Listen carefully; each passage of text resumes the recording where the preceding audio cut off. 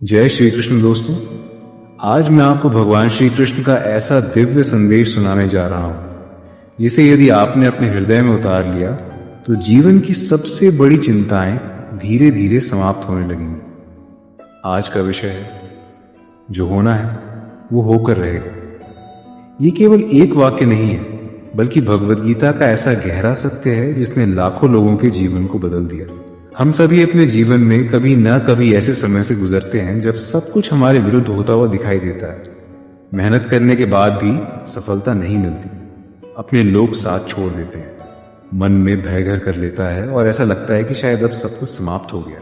लेकिन ठीक ऐसे ही समय भगवान श्री कृष्ण मुस्कुराकर कहते हैं, हे मनुष्य, धैर्य रखो। जो तुम्हारे लिए निर्धारित है वो तुमसे कोई छीन नहीं सकता, और जो तुम्हारे भाग्य में नहीं है उसे संसार की कोई शक्ति तुम्हें दे नहीं सकती। यही जीवन का सबसे बड़ा सत्य है। हम में से अधिकांश लोग भविष्य की चिंता में अपना वर्तमान खो देते हैं। सुबह उठते ही मन में डर शुरू हो जाता है। अगर नौकरी चली गई तो क्या होगा? अगर व्यापार में नुकसान हो गया तो क्या होगा? अगर लोग मेरा साथ छोड़ दें तो क्या होगा? लेकिन क्या आपने कभी सोचा कि जिन बातों की चिंता आपने पिछले 5 वर्षों में की थी उनमें से कितनी सच हुई? अधिकांश बातें कभी हुई ही नहीं, फिर भी उन्होंने आपकी शांति छीन ली। यही मन का भ्रम है। श्री कृष्ण कहते हैं कि चिंता वो ब्याज है जो मनुष्य उस कर्ज पर पहले ही चुका देता है जो शायद उसे कभी लेना ही न पड़े। इसलिए जो होना है वो अपने समय पर होगा। तुम्हारा काम केवल अपना श्रेष्ठ कर्म करना है। जब अर्जुन कुरुक्षेत्र में खड़े थे तब उनके सामने अपने ही गुरु, अपने ही भाई, अपने ही संबंधी खड़े थे। उनका मन भय से भर गया। उन्होंने धनुष नीचे रख दिया और कहा, हे कृष्ण, मैं ये युद्ध नहीं लड़ सकता। यदि उस समय श्री कृष्ण चाहते तो केवल इतना कह सकते थे कि सब ठीक हो जाएगा, लेकिन उन्होंने ऐसा नहीं कहा। उन्होंने अर्जुन को कर्म का ज्ञान दिया। उन्होंने कहा, तुम परिणाम की चिंता मत करो, तुम केवल अपना धर्म निभाओ, क्योंकि परिणाम पहले ही समय के हाथों में लिखा जा चुका है। यही कारण है कि गीता केवल युद्ध का ग्रंथ नहीं है बल्कि जीवन जीने की कला है। आज हमारा युद्ध तलवारों से नहीं है, हमारा युद्ध तनाव से है, डर से है, असफलता से है, अकेलेपन से है, और सबसे बड़ा युद्ध अपने ही मन से है। जब भी जीवन कठिन लगे एक बात याद रखना, ईश्वर कभी भी तुम्हें ऐसी परीक्षा नहीं देते जिसे तुम पार न कर सको। परीक्षा हमेशा उसी की होती है जिसमें क्षमता होती है। यदि तुम्हारे जीवन में कठिनाइयां आई हैं तो इसका अर्थ है कि ईश्वर तुम्हारे भीतर ऐसी शक्ति देख रहे हैं जिसे तुम स्वयं अभी तक नहीं पहचान पाए। एक छोटा सा बीज जब धरती में दबाया जाता है तब यदि वो सोचने लगे कि मेरा अंत हो गया तो वो कभी वृक्ष नहीं बन पाएगा, लेकिन वो अंधेरे में भी धैर्य रखता है, मिट्टी का भार सहता है, बारिश सहता है, धूप सहता है। समय आने पर वही बीज विशाल वृक्ष बन जाता है जिसके नीचे हजारों लोग छाया पाते हैं। ठीक इसी प्रकार जीवन की कठिनाइयां तुम्हें दबाने नहीं आई, वे तुम्हें मजबूत बनाने आई। लेकिन हम अधीर हो जाते हैं। हम चाहते हैं कि हर समस्या अगले ही दिन समाप्त हो जाए। हम चाहते हैं कि ईश्वर हमारी हर प्रार्थना का उत्तर तुरंत दे। लेकिन क्या कोई किसान आज बीज बोकर कल फल की उम्मीद करता है? नहीं, वो जानता है कि प्रकृति का अपना समय है। उसी प्रकार ईश्वर की योजना का भी अपना समय होता है। यदि आज तुम्हारी प्रार्थना पूरी नहीं हुई तो इसका अर्थ ये नहीं कि ईश्वर ने तुम्हें भूल दिया है। इसका अर्थ केवल इतना है कि अभी समय नहीं आया। याद रखो, देर ईश्वर करते हैं, अंधेर कभी नहीं करते। कई बार जीवन में जो चीज हमें सबसे बड़ी हार लगती है वही आगे चलकर सबसे बड़ा वरदान बन जाती है। बहुत से लोग किसी नौकरी में असफल हुए, बाद में उन्होंने अपना ऐसा कार्य शुरू किया जिसने उनका पूरा जीवन बदल दिया। बहुत से लोगों का कोई रिश्ता टूट गया और बाद में उन्हें ऐसा साथी मिला जिसने उनका जीवन सुख से भर दिया। उस समय यदि उनकी पहली इच्छा पूरी हो जाती तो शायद वे कभी उस बेहतर भविष्य तक पहुंच ही नहीं पाते। इसलिए हर असफलता के पीछे भी ईश्वर की कोई योजना छिपी हो सकती है। मनुष्य केवल वर्तमान देखता है, लेकिन ईश्वर पूरा भविष्य देखते हैं। एक छोटा बच्चा जब डॉक्टर के पास जाता है और उसे इंजेक्शन लगता है तो वो रोने लगता है। उसे लगता है कि डॉक्टर उसका दुश्मन है, लेकिन उसकी मां मुस्कुराती रहती है क्योंकि उसे पता है कि यही इंजेक्शन उसके बच्चे को बीमारी से बचाएगा। ठीक वैसे ही जब जीवन में कठिन समय आता है हम रोते हैं, शिकायत करते हैं और कहते हैं, हे भगवान, मेरे साथ ही ऐसा क्यों? लेकिन ईश्वर मुस्कुराकर कहते हैं, वत्स, अभी तुम नहीं समझोगे, लेकिन एक दिन तुम स्वयं मेरा धन्यवाद करोगे। इसलिए जब भी जीवन में कोई घटना तुम्हारी इच्छा के विरुद्ध हो, तुरंत उसे दुर्भाग्य मत समझ लेना। हो सकता है वही घटना तुम्हें उस रास्ते पर ले जा रही है जहां तुम्हारी वास्तविक मंजिल तुम्हारा इंतजार कर रही है। यही कारण है कि श्री कृष्ण कहते हैं, जो हुआ अच्छा हुआ, जो हो रहा है अच्छा हो रहा है, और जो होगा वो भी अच्छा ही होगा। इस वाक्य का अर्थ ये नहीं कि जीवन में दुख नहीं आएंगे। इसका अर्थ यह है कि हर घटना के पीछे कोई न कोई उद्देश्य अवश्य होता है। जो व्यक्ति इस सत्य को समझ लेता है, उसके भीतर का भय समाप्त होने लगता है, क्योंकि उसे विश्वास हो जाता है कि चाहे परिस्थिति कैसी भी हो, अंततः वही होगा जो ईश्वर ने उसके सर्वोत्तम हित में निर्धारित किया है। और जिस व्यक्ति के भीतर यह विश्वास जाग जाता है, संसार की सबसे बड़ी आंधी भी उसके मन की शांति को नहीं हिला सकती। और यही विश्वास मनुष्य को साधारण से असाधारण बना देता है। लेकिन प्रश्न यह है कि यह विश्वास आए कैसे? जब चारों ओर अंधेरा हो, जब अपने लोग साथ छोड़ दें, जब बार बार प्रयास करने के बाद भी सफलता न मिले, तब मन में भरोसा कैसे जीवित रखा जाए? इसका उत्तर स्वयं श्री कृष्ण देते हैं। वे कहते हैं कि विश्वास परिणाम देखकर नहीं, बल्कि ईश्वर के स्वभाव को जानकर पैदा होता है। जिसने आज तक पूरी सृष्टि का पालन किया, क्या वो तुम्हारा पालन नहीं करेगा? जिसने बिना कहे पक्षियों के लिए आकाश, मछलियों के लिए जल और वृक्षों के लिए वर्षा की व्यवस्था की, क्या वो तुम्हारे जीवन की व्यवस्था करना भूल जाएगा? नहीं। लेकिन मनुष्य की सबसे बड़ी भूल यह है कि वो ईश्वर पर विश्वास करने से पहले परिस्थितियों को देखता है। यदि परिस्थितियां अच्छी हों तो वो कहता है कि भगवान मेरे साथ है, और यदि कठिन हो तो कहता है कि भगवान ने मेरा साथ छोड़ा। जबकि सच्चा भक्त वो है जो अंधेरे में भी उतना ही विश्वास रखता है जितना प्रकाश में रखता है। यही भक्ति की सबसे बड़ी परीक्षा है। एक बार एक युवक अपने गुरु के पास गया। उसके चेहरे पर निराशा साफ दिखाई दे रही थी। उसने कहा, गुरुदेव, मैं हर दिन मेहनत करता हूं, फिर भी सफलता मुझसे दूर भागती है। क्या मेरी किस्मत खराब है? गुरु मुस्कुराए। उन्होंने युवक को अपने साथ बगीचे में चलने को कहा। वहां एक बांस का पौधा लगा हुआ था। गुरु ने पूछा, क्या तुम जानते हो कि बांस का बीज बोने के बाद कई वर्षों तक जमीन के ऊपर कुछ दिखाई नहीं देता? युवक ने कहा, नहीं। गुरु बोले, पहले 4-5 वर्षों तक वो अपनी सारी शक्ति जड़ों को मजबूत करने में लगाता है। देखने वाले लोग सोचते हैं कि कुछ हो ही नहीं रहा, लेकिन धरती के नीचे उसकी तैयारी चल रही होती है। फिर एक समय ऐसा आता है जब वही बांस कुछ ही महीनों में कई मीटर ऊंचा हो जाता है। बताओ, वो कुछ महीनों में बड़ा हुआ या 5 वर्षों में? युवक शांत हो गया। गुरु ने कहा, तुम्हारा जीवन भी उसी बांस की तरह है। यदि आज परिणाम दिखाई नहीं दे रहे, तो इसका अर्थ ये नहीं कि कुछ हो नहीं रहा। हो सकता है ईश्वर तुम्हारी जड़ों को मजबूत कर रहे हो, क्योंकि यदि जड़ें कमजोर हों तो ऊंचाई भी अधिक समय तक नहीं टिकती। ये सुनकर युवक की आंखों में आंसू आ गए। उसे पहली बार समझ आया कि धैर्य भी एक साधना है। आज की दुनिया तुरंत परिणाम चाहती है। लोग 1 महीना मेहनत करके जीवन भर की सफलता चाहते हैं। 2 दिन ध्यान करके मन की शांति चाहते हैं। कुछ सप्ताह प्रयास करके करोड़पति बनना चाहते हैं। लेकिन प्रकृति का नियम अलग है। सूर्य भी हर दिन धीरे धीरे उगता है। कोई भी महान वृक्ष एक रात में नहीं बनता। नदी भी चट्टानों को एक ही दिन में नहीं काटती, बल्कि लगातार बहते रहने से अपना मार्ग बनाती है। इसलिए यदि तुम्हें भी जीवन में महान बनना है, तो गति से अधिक निरंतरता पर ध्यान दो। धीरे चलो, लेकिन रुकना मत। याद रखो, ईश्वर को तुम्हारी गति से नहीं, तुम्हारी निष्ठा से प्रेम है। यदि तुम प्रतिदिन एक छोटा कदम भी सही दिशा में उठाते रहोगे, तो समय स्वयं तुम्हें वहां पहुंचा देगा जहां आज तुम केवल कल्पना कर रहे हो। वही लोग कहते हैं कि यदि सब पहले से तय है, तो फिर कर्म करने का क्या लाभ? यही वो प्रश्न है जो सदियों से लोगों के मन में उठता है, लेकिन श्री कृष्ण इसका उत्तर बहुत सरल शब्दों में देते हैं। वे कहते हैं कि तुम्हारा अधिकार केवल कर्म पर है, परिणाम पर नहीं। इसका अर्थ ये नहीं परिणाम महत्वपूर्ण नहीं है। इसका अर्थ केवल इतना है कि परिणाम की चिंता तुम्हारे कर्म को कमजोर न कर दे। किसान खेत में बीज बोते समय वर्षा की चिंता करके बीज बोना बंद नहीं करता। वो अपना कार्य करता है, क्योंकि उसे पता है कि उसका धर्म खेती करना है। वर्षा कब होगी, कितनी होगी, ये उसके हाथ में नहीं है। उसी प्रकार तुम्हारा धर्म प्रयास करना है। सफलता कब मिलेगी, किस रूप में मिलेगी और कितनी मिलेगी, ये समय और ईश्वर पर छोड़ दो। जिस दिन मनुष्य इस सत्य को स्वीकार कर लेता है, उसी दिन उसके भीतर की आधी बेचैनी समाप्त हो जाती है, क्योंकि फिर वो हर पल भविष्य की चिंता में नहीं बल्कि वर्तमान के कर्म में जीने लगता है। और जो वर्तमान में जीना सीख गया वही वास्तव में जीवन जीना सीख गया।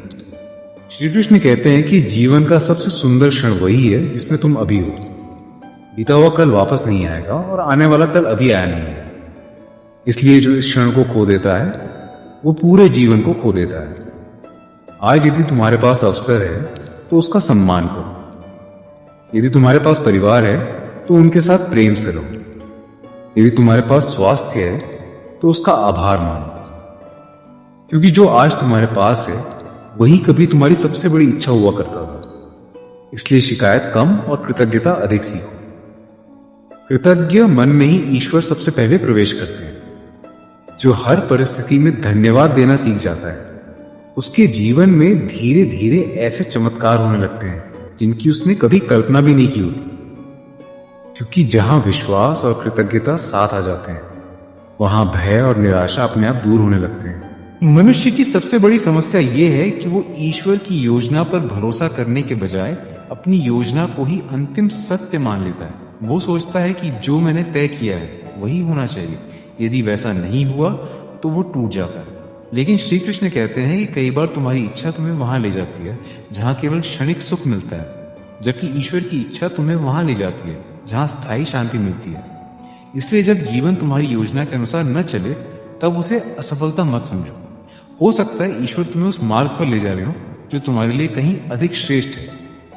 याद रखो, नाविक को समुद्र की हर लहर पसंद नहीं होती, लेकिन वही लहरें उसे किनारे तक पहुंचाती हैं। यदि समुद्र बिल्कुल शांत रहे तो नाव आगे ही नहीं बढ़ेगी। ठीक उसी प्रकार जीवन की कठिन परिस्थितियां तुम्हें आगे बढ़ाने के लिए आती है, रोकने के लिए नहीं। जो व्यक्ति हर कठिनाई में केवल दुख देखता है वो अवसर खो देता है, लेकिन जो हर कठिनाई में सीख खोजता है वो धीरे धीरे इतना मजबूत बन जाता है कि परिस्थितियां भी उसके सामने छोटी लगने लगती हैं। यही कारण है कि महान लोग कठिन समय को शाप नहीं बल्कि शिक्षक मानते हैं, क्योंकि सुख तुम्हें आराम देता है लेकिन संघर्ष तुम्हें पहचान देता है। यदि सोने को अग्नि में न तपाया जाए तो वो आभूषण नहीं बन सकता। यदि मिट्टी को चाक और आग का कष्ट न मिले तो वो सुंदर घड़ा नहीं बन सकता। यदि चंदन को घिसा न जाए तो उसकी सुगंध बाहर नहीं आती। उसी प्रकार यदि मनुष्य कठिनाइयों से न गुजरे तो उसके भीतर छिपी महानता भी कभी प्रकट नहीं होती। इसलिए जब अगली बार जीवन तुम्हें किसी परीक्षा से गुजारे तो घबराना मत। स्वयं से कहना, शायद ईश्वर मुझे किसी बड़े उद्देश्य के लिए तैयार कर रहे हैं। यही सोच तुम्हें टूटने से बचाएगी। एक बार एक राजा ने अपने मंत्री से पूछा, क्या कोई ऐसा वाक्य है जो सुख में भी सही लगे और दुख में भी? मंत्री ने मुस्कुराकर एक अंगूठी बनवाई और उसके भीतर लिखवा दी, यह समय भी बीत जाएगा। जब राजा युद्ध में हार गया और जंगलों में भटकने लगा तब उसने अंगूठी खोली और वो वाक्य पढ़ा। उसके मन में आशा जाग उठी। कुछ वर्षों बाद वही राजा फिर से विजयी होकर अपने राज्य में लौट आया। उस दिन भी उसने वही अंगूठी खोली, उसमें वही शब्द लिखे थे, ये समय भी बीत जाएगा। तब उसे समझ आया कि न दुख हमेशा रहता है और न सुख। इसलिए किसी भी परिस्थिति में अहंकार मत करो और किसी भी कठिन समय में निराश मत हो। समय परिवर्तन का दूसरा नाम है। आज यदि तुम्हारे जीवन में अंधेरा है तो धैर्य रखो, सूर्योदय निश्चित है। और यदि आज सब कुछ अच्छा चल रहा है तो विनम्र रहो, क्योंकि ये भी स्थायी नहीं है। श्री कृष्ण हमें यही सिखाते हैं कि स्थायी केवल आत्मा है, बाकी सब परिवर्तनशील है। धन आएगा और जाएगा, लोग आएंगे और चले जाएंगे, शरीर भी एक दिन समाप्त हो जाएगा, लेकिन तुम्हारे कर्म और तुम्हारी आत्मा की यात्रा आगे बढ़ती रहेगी। इसलिए अपना अधिक समय उन चीजों पर मत लगाओ जो एक दिन छूट जाने वाली है। अपना समय उस चरित्र को बनाने में लगाओ जो मृत्यु के बाद भी लोगों की स्मृतियों में जीवित रहे। बहुत से लोग पूरी जिंदगी धन कमाने में लगा देते हैं लेकिन मन की शांति खो देते हैं। फिर उसी धन से शांति खरीदने की कोशिश करते हैं जो कभी खरीदी नहीं जा सकती। शांति बाहर नहीं, भीतर जन्म लेती है। और भीतर शांति तब आती है जब मनुष्य स्वीकार करना सीखता है कि मैं अपना कर्म पूरी ईमानदारी से करूंगा और बाकी ईश्वर पर छोड़ दूंगा। यही समर्पण है। समर्पण का अर्थ हार मान लेना नहीं है। समर्पण का अर्थ है पूरी शक्ति से प्रयास करना और फिर परिणाम को लेकर व्यर्थ की चिंता छोड़ दें। जिस दिन ये भाव तुम्हारे भीतर आ जाएगा, उसी दिन से तुम्हारे चेहरे पर वो मुस्कान लौट आएगी जिसे चिंता ने छीन लिया था। उस दिन तुम समझ जाओगे कि जीवन बोझ नहीं, ईश्वर का दिया हुआ एक अमूल्य अवसर है, और जो इस अवसर को विश्वास, धैर्य और कर्म के साथ जीता है, उसके लिए हर कठिन रास्ता भी अंततः सफलता की ओर ही जाता है। जो होना है वो होकर रहेगा, लेकिन तुम कैसे उस परिस्थिति का सामना करते हो, यही तुम्हारे चरित्र और तुम्हारे भविष्य का निर्माण करता है। इसलिए परिस्थिति नहीं, अपनी प्रतिक्रिया बदलो, वहीं से जीवन बदलना शुरू होता है। लेकिन एक बात हमेशा याद रखना, जीवन में सबसे बड़ा परिवर्तन तब नहीं आता जब परिस्थितियां बदलती हैं, बल्कि तब आता है जब तुम्हारी सोच बदलती है। दो व्यक्ति एक ही कठिनाई से गुजरते हैं, एक व्यक्ति टूट जाता है और दूसरा उसी कठिनाई को अपनी सबसे बड़ी ताकत बना लेता है। अंतर केवल परिस्थितियों का नहीं होता, अंतर उनके दृष्टिकोण का होता है। श्री कृष्ण कहते हैं कि मनुष्य जैसा सोचता है, धीरे धीरे वैसा ही बन जाता है। यदि तुम हर दिन स्वयं से कहते रहोगे कि मैं दुर्भाग्यशाली हूं, मेरे साथ कभी अच्छा नहीं होता, तो तुम्हारा मन उसी विश्वास को सत्य मान लेगा। लेकिन यदि तुम हर सुबह ये कहोगे कि ईश्वर मेरे साथ है, मैं अपना श्रेष्ठ कर्म करूंगा और जो होगा वो मेरे हित में होगा, तो तुम्हारे भीतर ऐसी शक्ति जागेगी जो सबसे कठिन समय में भी तुम्हें संभाल कर रखेगी। इसलिए अपने शब्दों को बदलो, क्योंकि शब्द ही धीरे धीरे तुम्हारा भाग्य बन जाते हैं। एक गरीब किसान था, कई वर्षों तक लगातार सूखा पड़ा, उसकी फसल नष्ट हो गई। गांव के लोग अपना गांव छोड़कर दूसरे स्थानों पर जाने लगे, लेकिन वो किसान हर सुबह अपने खेत में जाता, सूखी मिट्टी को देखता और फिर भी उसे साफ करता, मेड़ ठीक करता और बीज तैयार रखता। लोगों ने उसका मजाक उड़ाया। उन्होंने कहा, जब बारिश ही नहीं हो रही तो ये सब क्यों कर रहे हो? किसान मुस्कुराकर कहता, यदि बारिश आज आ गई और मैं तैयार नहीं हुआ तो अवसर मेरे सामने होकर भी चला जाएगा, मैं अपना काम नहीं छोड़ सकता। कई महीने बाद पहली बारिश हुई। बाकी लोगों के खेत तैयार नहीं थे, लेकिन उस किसान ने उसी दिन बीज बो दी। कुछ समय बाद पूरे गांव में सबसे अच्छी फसल उसी के खेत में हुई। लोग उसके पास आए और बोले, तुम्हारा भाग्य बहुत अच्छा है। किसान हंस पड़ा और बोला, ये भाग्य नहीं, तैयारी और धैर्य का फल है। यही जीवन का नियम है। अवसर हमेशा अचानक आता है, लेकिन उसका लाभ केवल वही उठा पाता है जो पहले से तैयार होता है। इसलिए यदि आज तुम्हें सफलता दिखाई नहीं दे रही, तैयारी करना मत छोड़ो, क्योंकि ईश्वर जब द्वार खोलते हैं तब केवल इच्छा रखने वालों को नहीं, बल्कि तैयारी करने वालों को अवसर मिलता है। बहुत से लोग कहते हैं कि हमने बहुत प्रार्थना की, फिर भी भगवान ने हमारी नहीं सुनी। लेकिन क्या तुमने कभी ये सोचा कि भगवान ने तुम्हारी कितनी ऐसी प्रार्थनाएं भी स्वीकार नहीं की जो यदि पूरी हो जाती तो तुम्हें नुकसान पहुंचाती? कई बार हम किसी ऐसी चीज के लिए जिद करते हैं जो आगे चलकर हमारे लिए दुख का कारण बनती, लेकिन ईश्वर हमें उससे बचा लेते हैं। उस समय हमें लगता है कि हमारी प्रार्थना अस्वीकार हो, जबकि वास्तव में वो हमारी रक्षा थी। एक बच्चा आग की जलती हुई लौ को छूना चाहता है। यदि उसकी माँ उसे रोक ले तो बच्चा रोने लगता है। उसे लगता है कि माँ उससे प्रेम नहीं करती, लेकिन माँ जानती है कि ये रोकना ही प्रेम है। उसी प्रकार ईश्वर भी कई बार हमारी इच्छाओं को इसलिए पूरा नहीं करते कि वे जानते हैं कि वो इच्छा भविष्य में हमारे लिए कष्ट का कारण बनेगी। इसलिए हर बार केवल ये मत पूछो कि भगवान ने मुझे ये क्यों नहीं दिया। कभी ये भी सोचो कि उन्होंने मुझे किन किन दुखों से बचाया होगा जिनका मुझे आज तक पता भी नहीं चला। यही विश्वास धीरे धीरे भक्ति को जन्म देता है। भक्ति केवल मंदिर जाकर दीपक जलाने का नाम नहीं है। भक्ति का अर्थ है हर परिस्थिति में ये विश्वास रखना कि ईश्वर मेरे साथ है, चाहे मैं उन्हें देख सकूं या नहीं। जब ये विश्वास हृदय में स्थापित हो जाता है तब अकेलापन समाप्त होने लगता है, क्योंकि फिर मनुष्य जान जाता है कि पूरी दुनिया उसका साथ छोड़ दे, तब भी उसका सबसे बड़ा साथी उसके साथ है। श्री कृष्ण कहते हैं कि मनुष्य को कभी भी अपने जीवन की तुलना दूसरों से नहीं करनी चाहिए, क्योंकि हर आत्मा की यात्रा अलग है। किसी को जल्दी सफलता मिलती है, किसी को देर से। कोई कम उम्र में प्रसिद्ध हो जाता है, कोई वृद्धावस्था में। लेकिन इसका अर्थ यह नहीं कि देर से मिलने वाली सफलता छोटी होती है। सूर्य सुबह चमकता है और चंद्रमा रात। दोनों का समय अलग है, लेकिन दोनों का महत्व समान है। इसलिए यदि तुम्हारा समय अभी नहीं आया तो निराश मत हो, तैयारी करते रहो, विश्वास बनाए रखो, क्योंकि समय से पहले कुछ नहीं मिलता और समय आने पर कोई रोक नहीं सकता। यही गीता का सबसे बड़ा सत्य है। जो होना है वो होकर रहेगा। इसलिए अपने मन से भय निकालो, अपने हृदय में विश्वास जगाओ, अपने कर्मों को शुद्ध बनाओ और हर दिन ईश्वर का धन्यवाद करते हुए आगे बढ़ते रहो। क्योंकि जिस व्यक्ति का हाथ कर्म में और हृदय भगवान में होता है, उसे अंततः वही मिलता है जो उसके लिए सर्वोत्तम होता है। कई बार जीवन में ऐसा समय भी आता है जब तुम्हें लगता है कि अब आगे बढ़ने की कोई वजह नहीं बची, तुम्हारी मेहनत का कोई परिणाम नहीं दिखता, तुम्हारी अच्छाई का कोई सम्मान नहीं होता और तुम्हारी सच्चाई को भी लोग कमजोरी समझने लगते हैं। ठीक ऐसे समय श्री कृष्ण कहते हैं, हे मनुष्य, अपने कर्म का मूल्य लोगों की तालियों से मत मापो। संसार की राय हर दिन बदलती है, लेकिन ईश्वर का न्याय कभी नहीं बदलता। यदि तुम्हारा कर्म शुद्ध है, तुम्हारा उद्देश्य पवित्र है, तुम्हारा मन सत्य के मार्ग पर है, तो देर भले ही हो जाए, लेकिन तुम्हें तुम्हारे कर्म का फल अवश्य मिलेगा। याद रखो, बीज बोने और फल मिलने के बीच का समय ही विश्वास की परीक्षा होता है। जो इस परीक्षा में धैर्य रखता है, वही अंत में वृक्ष की छाया का आनंद लेता है। एक बार एक वृद्ध साधु अपने शिष्य के साथ यात्रा कर रहे थे। रास्ते में उन्हें एक विशाल बरगद का पेड़ दिखाई दिया। उसके नीचे हजारों लोग विश्राम कर रहे थे। साधु ने मुस्कुराकर पूछा, क्या तुम्हें पता है ये पेड़ इतना विशाल कैसे बना? शिष्य बोला, वर्षों की मेहनत और प्रकृति की कृपा से। साधु ने कहा, बिल्कुल, लेकिन जब ये केवल एक छोटा पौधा था, तब किसी ने इसकी छाया में बैठकर धन्यवाद नहीं दिया, किसी ने इसकी प्रशंसा नहीं की, ये चुपचाप बढ़ता रहा।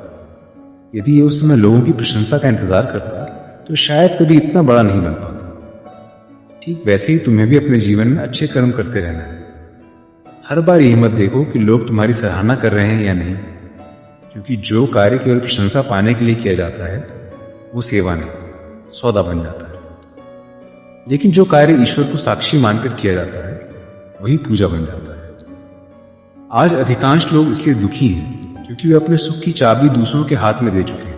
यदि किसी ने उनकी प्रशंसा कर दी तो वे खुश हो जाते हैं, यदि किसी ने आलोचना कर दी तो उनका पूरा दिन खराब हो जाता है। श्री कृष्ण कहते हैं, जो व्यक्ति अपने सुख का आधार दूसरों को बना लेता है, वो कभी स्वतंत्र नहीं हो सकता। इसलिए अपनी खुशी का स्रोत अपने भीतर खोजो। जब तुम्हारा मन ईश्वर से जुड़ जाएगा, तब बाहरी परिस्थितियां तुम्हें उतना प्रभावित नहीं कर पाएंगी। एक दीपक को देखो, वो अपने चारों ओर अंधकार देखकर बुझता नहीं, बल्कि स्वयं जलकर प्रकाश फैलाता है। यदि दीपक भी अंधेरे से डर जाता, तो कभी किसी का मार्ग प्रकाशित नहीं कर पाता। उसी प्रकार तुम्हारा जीवन भी दूसरों की नकारात्मकता देखकर रुकना नहीं चाहिए। तुम अपने भीतर का प्रकाश जलाए रखो। धीरे धीरे वही प्रकाश दूसरों के जीवन का भी मार्ग बन जाएगा। कभी यह मत सोचो कि तुम्हारे छोटे छोटे अच्छे कर्म व्यर्थ जा रहे। एक मुस्कान, एक मधुर शब्द, किसी की सहायता, किसी दुखी व्यक्ति का हाथ पकड़ लेना, ये सब ऐसे बीज हैं जो समय आने पर अनमोल फल बनकर लौटते हैं। ईश्वर के यहां कोई भी शुभ कर्म व्यर्थ नहीं जाता। हर कर्म का लेखा रखा जाता है, बस उसका समय अलग अलग होता है। इसलिए यदि आज तुम्हें अपने जीवन में कठिनाइयां दिखाई दे रही हैं, तो अपने कर्मों की शुद्धता मत छोड़ो। अंधेरा कितना भी गहरा क्यों न हो, एक छोटा सा दीपक उसे चुनौती देने के लिए पर्याप्त होता है। उसी प्रकार तुम्हारे भीतर का विश्वास तुम्हारे जीवन के सबसे कठिन समय को भी बदल सकता है। श्री कृष्ण कहते हैं कि जब तुम्हें समझ न आए कि आगे कौन सा रास्ता चुनना है, तब भय के आधार पर निर्णय मत लेना, सत्य के आधार पर निर्णय लेना। भय हमेशा तुम्हें पीछे खींचेगा, लेकिन सत्य तुम्हें आगे बढ़ाएगा। कई बार सही रास्ता कठिन होता है, अकेला होता है और धीमा भी होता है, लेकिन अंत में वही तुम्हें ऐसी शांति देता है जिसे संसार कोई भी धन नहीं खरीद सकता। इसलिए यदि कभी जीवन तुम्हें दो रास्तों के बीच खड़ा कर दे, एक आसान लेकिन गलत और दूसरा कठिन लेकिन सही, तो हमेशा सही रास्ता चुनो, क्योंकि गलत रास्ता शुरुआत में सुख देता है और अंत में पछतावा, जबकि सही रास्ता शुरुआत में संघर्ष देता है और अंत में सम्मान। यही गीता का धर्म है, यही श्री कृष्ण का संदेश है, और यही वो सत्य है जिसे समझ लेने के बाद मनुष्य परिस्थितियों से डरना छोड़ देता है, क्योंकि उसे पता चल जाता है कि जो होना है वो होकर रहेगा। लेकिन मैं हर परिस्थिति में अपने धर्म, अपने सत्य और अपने कर्म को नहीं छोड़ूंगा। यही संकल्प अंततः मनुष्य को भीतर से इतना मजबूत बना देता है कि फिर संसार की कोई भी चुनौती उसके विश्वास को डिगा नहीं सकती। और अंत में श्री कृष्ण अर्जुन से एक ऐसी बात कहते हैं जिसे यदि हर मनुष्य अपने जीवन का नियम बना ले, तो उसका भय, उसकी चिंता और उसकी बेचैनी धीरे धीरे समाप्त हो सकती है। वे कहते हैं, हे अर्जुन, इस संसार में जो कुछ भी घटित हो रहा है वो समय के महान चक्र का एक हिस्सा है। तुम केवल उस भूमिका को निभाने आए हो जो तुम्हें सौंपी गई है, इसलिए स्वयं को हर घटना का कर्ता मत समझो। जब मनुष्य हर सफलता का श्रेय स्वयं को देने लगता है तब अहंकार जन्म लेता है, और जब हर असफलता का दोष स्वयं पर लेने लगता है तब निराशा जन्म लेती है। लेकिन जो व्यक्ति ये समझ जाता है कि मैं केवल अपना श्रेष्ठ कर्म करने वाला एक साधन हूं, वही सच्ची शांति का अनुभव करता है। जीवन में कई बार ऐसे लोग मिलेंगे जो तुम्हें समझेंगे नहीं, तुम्हारी अच्छाई का मजाक उड़ाएंगे, तुम्हारी चुप्पी को कमजोरी समझेंगे और तुम्हारी ईमानदारी का फायदा उठाने की कोशिश करेंगे। लेकिन याद रखो, किसी और के व्यवहार के कारण अपने चरित्र को कभी मत बदलना। यदि कोई अंधेरे में जी रहा है तो इसका अर्थ यह नहीं कि तुम भी अपना दीपक बुझा दो। तुम्हारी पहचान तुम्हारे कर्मों से होगी, दूसरों की बातों से नहीं। श्री कृष्ण कहते हैं कि संसार में सबसे कठिन कार्य अपने स्वभाव को पवित्र बनाए रखना है, क्योंकि परिस्थितियां हर दिन बदलती हैं, लोग हर दिन बदलते हैं। लेकिन जो व्यक्ति अपने मूल्यों को नहीं छोड़ता वही वास्तव में धर्म पर चलता है। आज लोग सफलता चाहते हैं लेकिन उसके लिए धैर्य नहीं चाहते, सम्मान चाहते हैं लेकिन उसके योग्य चरित्र नहीं बनाना चाहते, शांति चाहते हैं लेकिन मन को अनुशासित नहीं करना चाहते। यही कारण है कि बाहर की सुविधाएं बढ़ती जा रही हैं लेकिन भीतर की शांति घटती जा रही है। इसलिए यदि तुम वास्तव में सुखी होना चाहते हो तो पहले अपने मन को सरल बनाओ। कम इच्छाएं रखो, अधिक आभार रखो। कम शिकायत करो, अधिक प्रयास करो। कम तुलना करो, अधिक आत्मचिंतन करो। यही गीता का मार्ग है।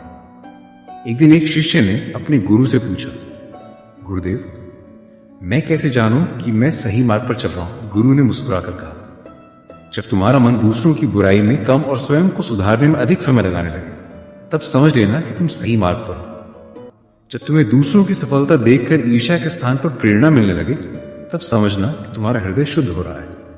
और जब कठिन परिस्थितियों में भी तुम्हारे मुख से शिकायत के स्थान पर ईश्वर का धन्यवाद निकलने लगे तब समझ लेना कि तुम्हारे भीतर गीता का ज्ञान उतरने लगा है।